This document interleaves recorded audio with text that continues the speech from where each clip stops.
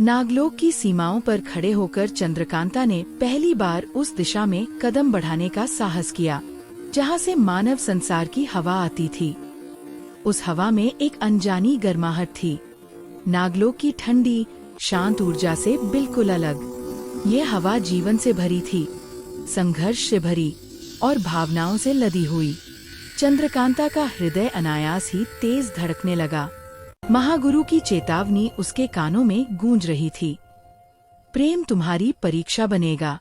फिर भी नियति ने उसके लिए रास्ता खोल दिया था। पूर्णिमा की रात थी, चांद नागलोक और मानव संसार दोनों पर एक साथ चमक रहा था। यही वह समय था जब दोनों लोकों के बीच का आवरण सबसे पतला होता था। चंद्रकांता ने अपनी आंखें बंद की, गहरी सांस ली और अपने भीतर की इच्छाधारी शक्ति को जागृत किया। नीली रोशनी उसके चारों ओर फैल गई। पल भर में उसका नागिन रूप विलीन हुआ और वह एक साधारण सी सुंदर मानव युवती के रूप में खड़ी थी। यह उसका पहला मानव रूप था। उसने अपने हाथों को देखा, कोमल, नाजुक और बिल्कुल मानवीय। हृदय में हल्की घबराहट थी, लेकिन साथ ही एक अजीब सी उत्सुकता भी। उसने पीछे मुड़कर नागलोक की ओर देखा। वह चमकती दुनिया अब धुंधली पड़ रही थी, मानो उसे विदा दे रही हो। चंद्रकांता ने पहला कदम मानव संसार की धरती पर रखा। धरती की मिट्टी अलग थी, उसमें श्रम की गंध थी, पसीने की और सपनों की। दूर कहीं पक्षियों की आवाजें आ रही थीं और जंगल की हरियाली मानो उसे चुपचाप देख रही थी।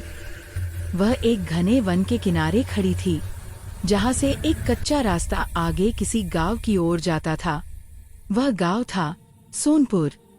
सोनपुर कोई बड़ा या प्रसिद्ध गांव नहीं था, लेकिन वहां के लोग सरल, मेहनती और एक दूसरे से जुड़े हुए थे।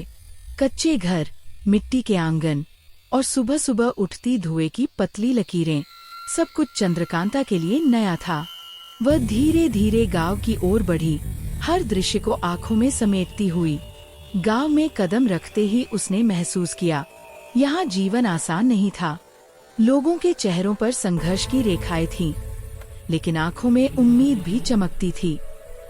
बच्चे मिट्टी में खेल रहे थे, महिलाएं कुएं से पानी भर रही थीं, और पुरुष अपने काम में जुटे थे। कोई जादू नहीं था, कोई चमक नहीं। फिर भी यहाँ एक सच्चाई थी जो नागलोक में दुर्लभ थी। चंद्रकांता ने स्वयं को एक साधारण युवती के रूप में प्रस्तुत किया। उसने अपना नाम भी नहीं बताया, बस कहा कि वह दूर से आई है और कुछ समय यहाँ रहना चाहती है। गांव के लोग दयालु थे, उन्होंने उसे शरण दी बिना ज्यादा सवाल पूछे। लेकिन मानव संसार जितना सरल दिखता था, उतना था नहीं। पहली ही रात चंद्रकांता को नींद नहीं आई। वह गांव के बाहर पेड़ के नीचे बैठी चांद को देखती रही। यहाँ का चांद अलग था, नागलोक के चांद की तरह रहस्यमय नहीं, बल्कि साक्षी जैसा, मानो वह हर सुख दुख को चुपचाप देखता हो। उसी समय जंगल की ओर से किसी के कराहने की आवाज आई। चंद्रकांता का हृदय चौंक उठा। उसने आवाज की दिशा में कदम बढ़ाए। वहां उसने एक युवक को देखा। उसका पैर घायल था और लकड़ियों का गट्ठर जमीन पर गिरा पड़ा था। उसके चेहरे पर दर्द था, लेकिन आंखों में डर नहीं। ये पहली बार था जब चंद्रकांता का भाग्य मानव रूप में किसी मनुष्य से टकराया। युवक ने उसे देखा और बोला, डरिए मत, मैं ठीक हूँ। बस पैर फिसल गया था। उसकी आवाज में विनम्रता थी, दिखावा नहीं। चंद्रकांता ने बिना कुछ कहे उसकी मदद की। उसने पास की जड़ी बूटियों से उसका घाव साफ किया।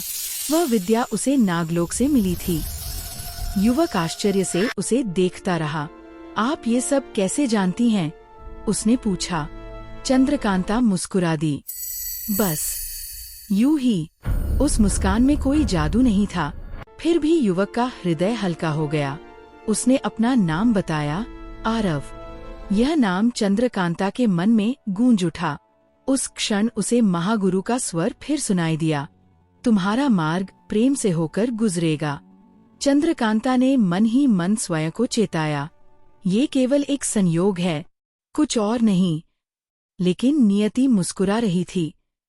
उस रात जब चंद्रकांता अपने अस्थायी घर लौटी तो उसका हृदय पहले जैसा शांत नहीं था। एक अनजान भावना उसके भीतर जाग चुकी थी, कोमल, गर्म और डरावनी। वह नहीं जानती थी कि यह भावना प्रेम है या केवल मानव संसार की पहली झलक का असर। पर एक बात निश्चित थी, नागलोक की नागिन अब मानव संसार का हिस्सा बन चुकी थी।